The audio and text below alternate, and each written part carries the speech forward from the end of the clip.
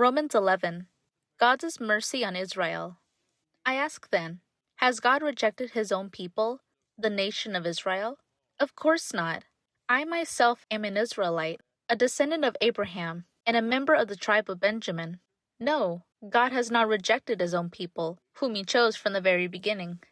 Do you realize what the scriptures say about this? Elijah the prophet complained to God about the people of Israel and said, Lord, they have killed your prophets and torn down your altars. I am the only one left, and now they are trying to kill me too. And do you remember God's reply? He said, No, I have 7,000 others who have never bowed down to Baal. It is the same day, for a few of the people of Israel have remained faithful because of God's grace, his undeserved kindness in choosing them. And since it is through God's kindness, then it is not by their works. For in that case, God's grace would not be what it really is, free and undeserved. So this is the situation. Most of the people of Israel have not found the favor of God they are looking for so earnestly. A few have, the ones God has chosen, but the hearts of the rest were hardened. As the scriptures say, God has put them into a deep sleep. To this day he has shut their eyes, so they do not see, and closed their ears, so they do not hear.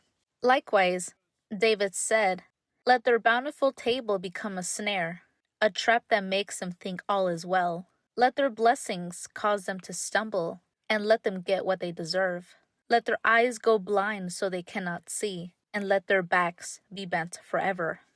Did God's people stumble and fall beyond recovery? Of course not. They were disobedient, so God made salvation available to the Gentiles. But he wanted his own people to become jealous and claim it for themselves.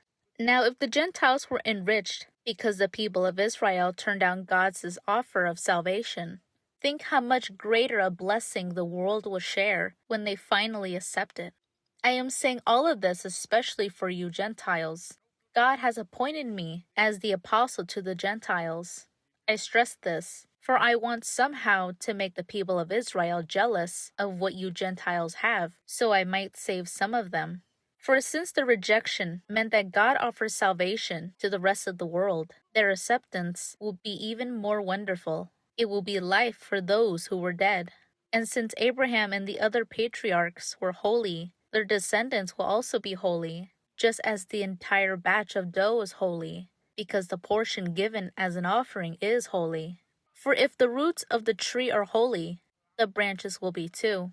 But some of these branches from Abraham's tree, some of the people of Israel, have been broken off, and you Gentiles, who were branches from a wild olive tree, have been grafted in. So now you also receive the blessing God has promised Abraham and his children, sharing in the rich nourishment from the root of God's special olive tree. But you must not brag about being grafted in to replace the branches that were broken off. You are just a branch, not the root. Well, you might say, those branches were broken off to make room for me. Yes, but remember, those branches were broken off because they didn't believe in Christ. And you're there because you do believe. So don't think highly of yourself, but fear what could happen. For if God did not spare the original branches, he won't spare you either. Notice how God is both kind and severe. He is severe towards those who disobeyed, but kind to you if you continue to trust in his kindness. But if you stop trusting, you will also be cut off.